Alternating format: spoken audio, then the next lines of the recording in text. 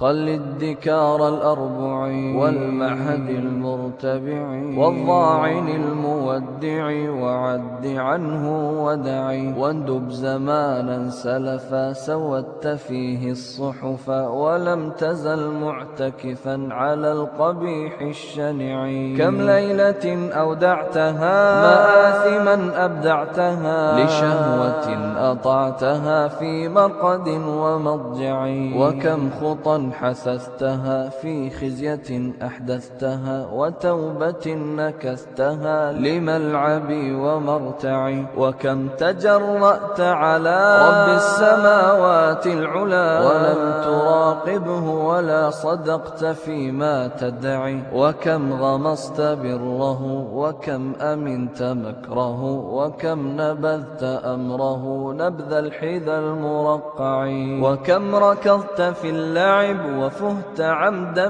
بالكذب ولم تراع ما يجب في عهده المتبع فالبس شعار الندم واسكب شآبي بالدم قبل زوال القدم وقبل سوء المصرع واخضع خضوع المعترف ولذ ملاذ المقترف واعص هواك وانحرف عنه انحراف المقلع إلى متى سهوتني ومعظم العمر فني فيما يضر المقتني ولست بالمرتدع أما ترى الشيب وخط في الراس خطط ومن يلح وقت الشمط بفوده فقد نعي ويحك يا نفس احرصي على ارتياد المخلص وطاوعي وأخلصي واستمعي النصح وعي واعتبري بمن مضى من القرون وانقضى واخشي مفاجأة القضاء وحاذري أن تخدعي وانتهجي سبل الهدى والذكر واشكى الردى وأن مثواك غدا في قعر لحد بلقعي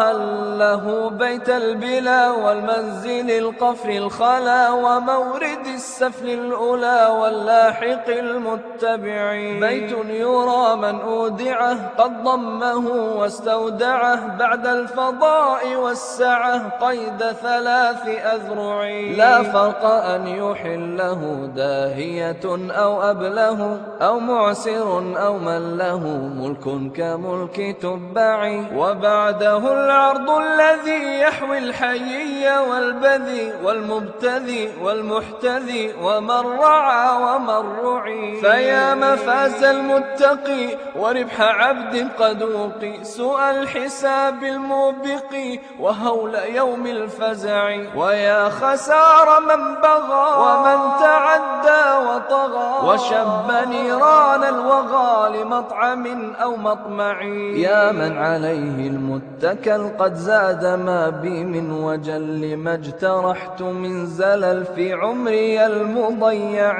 فاغفر لعبد مجترم وارحم بكاه المنسجم فأنت أولى من رحم وخير مدعو دعي